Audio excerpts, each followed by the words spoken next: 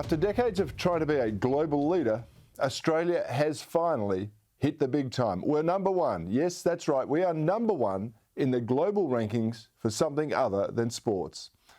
This week, the Real Household Gross Disposable Income per capita rankings came out, and we were at the very, very top. Now, that sounds like a good thing until you actually look at the chart. You see, our disposable income per person, adjusted for inflation, dropped by more than any other nation. That means we've got less to spend in real terms individually, even though the politicians and economists tell us the country is doing fine. It's not so much that they're lying to you as much as they're cherry-picking the information they want you to know. And regular viewers will know that I've been warning of this for many, many months now. Our headline economic figures are being propped up by the very high immigration rates.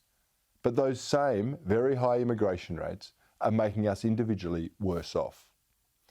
That we are worse off economically is borne out by the graph I just showed you, but you only have to look around to see that we don't appear to benefit from this open border program in too many ways.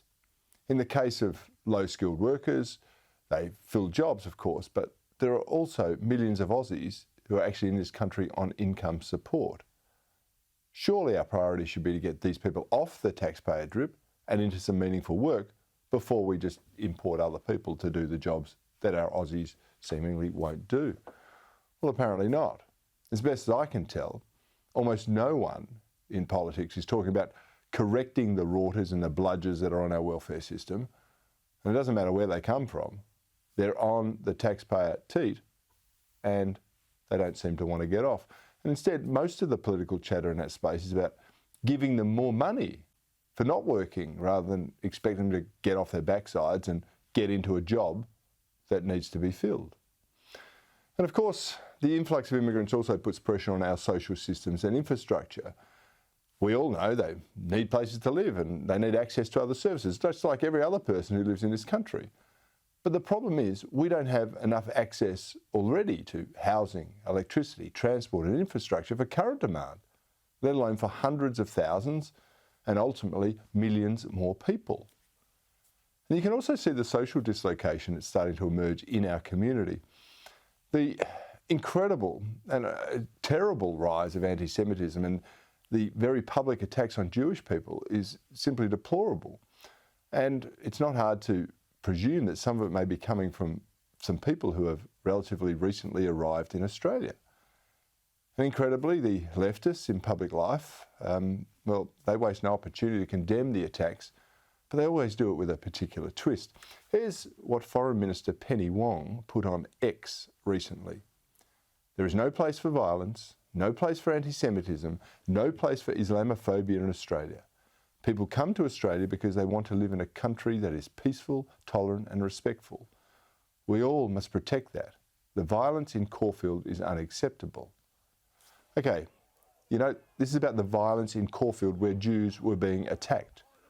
But I couldn't help but notice she managed to weave Islamophobia into the mix, as if that's what's causing these pro-Palestinian, pro-Hamas demonstrators to clash with Jews in Caulfield.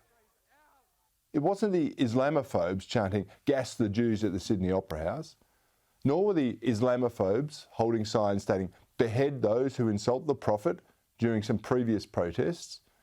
And I hate to break it to you, Senator Wong, but it wasn't Islamophobes who invaded Israel and mutilated innocent Israelis simply because they were Jews. But isn't it good that Penny Wong reminds us how dangerous the Islamophobes truly are? And it's also worth noting her claim that people come to Australia to live in a peaceful, tolerant and respectful country. In the main, it's absolutely true. But we also know that people come here for other reasons. Some seem to simply love our welfare system so much that they don't want to get off it. While others, they give me the impression that actually trying to change their adopted country to be somewhat more like the country they fled from. You just have to look at our parliament to see that. There, you see migrants, like Green Senator Mehreen Faruqi, for example. She seems to loathe the nation that offered them refuge and opportunity. Now, having left the misogyny, the crime and the impoverishment of a native Pakistan, I actually haven't heard Faruqi say too many nice things about Australia in Parliament recently. I mean, listening to her claims this week regarding the war in Gaza, one can only conclude that we're a nation of deplorable racists and colonisers. And so that makes me wonder why she chose to come here in the first place. And her claims, Faruqi's claims, don't seem to agree with Wong's statement that our new arrivals want to live in a country that is peaceful, tolerant and respectful. I certainly can't apply those words to Faruqi's parliamentary performance. To my mind, they generally lack grace, they lack tolerance and they lack respect for others and for her adopted homeland. As well as her extensive Australian property portfolio, which includes the development site that's going to bulldoze dozens of significant trees, the Greens senator has some land in Pakistan too. Now, as an activist, she could go back to Pakistan where she'd have plenty of work to do. I mean, the Pakistani government is currently deporting hundreds of thousands of Afghanis because they present a security risk, apparently. And while there, she could talk about the horrors of the Taliban regime in Afghanistan and how their Islamic doctrine is mired in 6th century brutality. But she doesn't need to go to Pakistan to do that. As an activist, she could talk about that here. And as part of it, she could then perhaps arrange a boycott of Australian cricket to prevent them from engaging in sports with the Taliban national team. And if she's not prepared to do that, at the very least, there should be a campaign to insist that the Taliban women's team join the cricket tour too. I'm sure she'd receive strong support from the woke crew who make up Australian cricket, given they hate fossil fuel sponsors and they needed counselling after the no vote got up, but they're still happy to play against the Taliban national team. Of course, none of this will happen because, like most of the rest of the hypocritical activist class, they'd rather talk about the horror of the Islamophobic Israelis trying to rid their homeland of killers and terrorists. That's the priority in this land of self-loathing. They're taking this country backwards in most of the metrics that matter. We are more divided. We have hypocritical leadership in almost every realm. Our economy is close to breaking and we're consumed with a temporal rather than a permanent.